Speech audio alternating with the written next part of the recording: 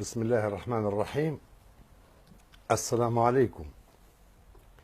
ما الذي تريده إيران من الحرمين الشريفين؟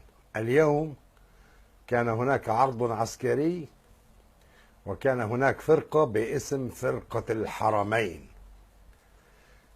فرقة الحرمين هم أولى أن يسموها فرقة كربلاء أو فرقة النجف أو فرقة العراق، بما أن العراق صار ملحقا إيرانيا الآن. ولكن ما هي القصة؟ إذا تذكرتم في الخطاب الأول لحسن نصر الله بعد عاصفة الحزم، تحدث عن القبور والأضرحة التي هدمتها الدولة السعودية، وأورد احتجاجات في العالم الإسلامي في ذلك الوقت في دول كمصر وأندونيسيا وغيرها. فالموضوع متكرر، والموضوع له مبتدأ. الصفويون الذين يحرضون الغرب الآن على بلاد الحرمين سبق وتحالفوا مع البرتغاليين ليغزوا الحرمين. كانت البرتغال تريد أن تصل إلى جسد النبي صلى الله عليه وسلم، كانوا يريدون اختطاف جسد النبي الشريف، وكان الصفويون يعلمون هذا، لكن جنونهم في الحقد على أبي بكر وعمر وعائشة صور لهم أن هؤلاء يحتجزون جسد النبي وهم ينبشون قبور أبو بكر وعمر وعائشة. هؤلاء مجانين متخلفين عقليا، ليسوا مجرمين وإرهابيين فقط، هؤلاء مجانين مجرمين ومتخلفين عقليا. كانت البرتغال تريد جسد النبي لتقايض على ما تبقى من مسلمي الأندلس، على ما بقي من الأندلس، وكان الصفويون يعلمون هذا ويريدون غرضهم المشبوه بالسيطرة القرمطية الثانية على بلاد الحرمين، على الكعبة. ما نراه اليوم قصة قديمة جديدة على رأي ثيودور هرتزل.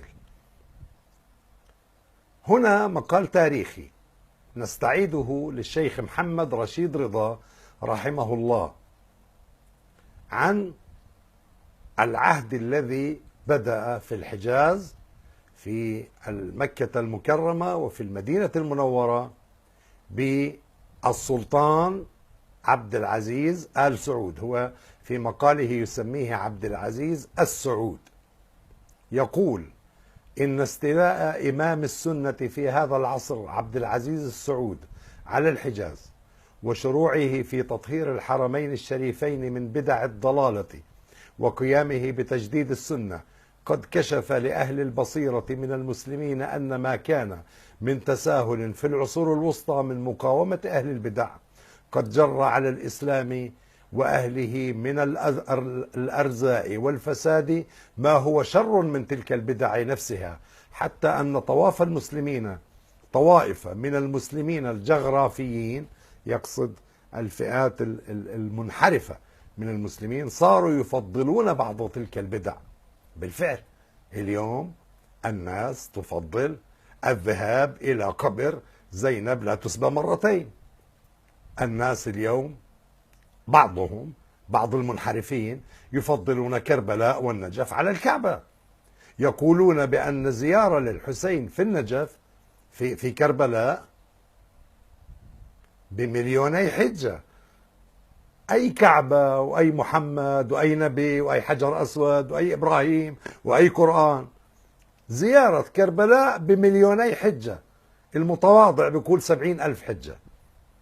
والفساد ما هو شر من تلك البدع نفسها، حتى أن طوائف من المسلمين الجغرافيين صاروا يفضلون بعض تلك البدع على أركان الإسلام، ويحاولون تعليق أداء فريضة الحج وهو ركن الإسلام الجامع لشعوبه على بعض تلك البدع، بحيث تترك الفريضة ويهدم الركن الإسلامي إذا لم يسمح ملك الحجاز بإقامة تلك البدع. ماذا تريد إيران الآن؟ سأكمل المقال. ماذا تريد إيران الآن؟ تريد إيران الآن البدع التي تتبرأ فيها من المشركين وتهتف لبيك يا حسين، لبيك يا فاطمة، حيدر حيدر حيدر، في أي نص قرآني أو نبوي. كل هذه البدع التي تريدها إيران وتوقف من أجلها الحج وتحرض العالم على بلاد الحرمين لتدويل الحج. يكمل مقاله السيد الشيخ محمد رشيد رضا رحمه الله: بدأ هذا الإمام اللي هو عبد العزيز منذ أن تم له السلطان على الحجاز بإبطال بدع القبور والمباني التي افتتن عامة المسلمين بصبغة الإسلام التعبدية الذي كان بعمل سلاطين الأعاجم وأمرائهم، فقامت عليه قيامة الشيعة أو أعاجمهم وبعض زعماء الأهواء السياسية في الهند والخرافيين عبدة القبور وطلاب الحياة من الموتى، يطلب الحياة من الموتى. فمنعت حكومة إيران رعاياها من أداء فريضة الحج، وبثت الدعاية في الهند لذلك، وتولى الإنفاق على الدعاية غني من أكبر أغنياء الشيعة هو محمد علي راجا محمود آباد، ونصره في عمله في هذا العام السياسيان الزعيمان شوكت علي ومحمد علي، هذا في شبه القارة الهندية قبل تقسيمها، ورئيس جمعية خدام الحرمين وبعض أعضائها الخرافيين المأجورين.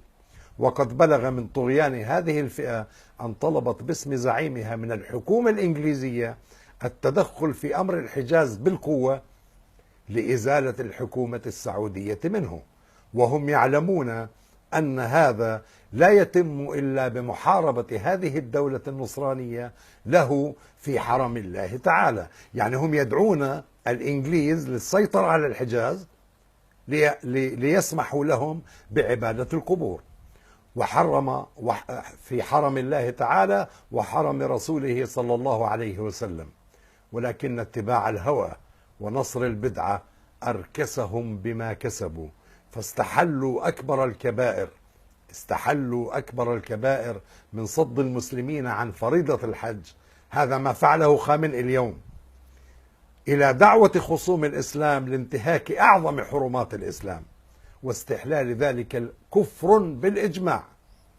لكن الله تعالى خذلهم ونصر دينه وسنة رسوله. هذا ما تفعله إيران علي خامنئي اليوم باستهدافها لبلاد الحرمين الشريفين. ألا خسئوا، ألا خابوا، ألا النصر للإسلام. السلام عليكم ورحمة الله وبركاته.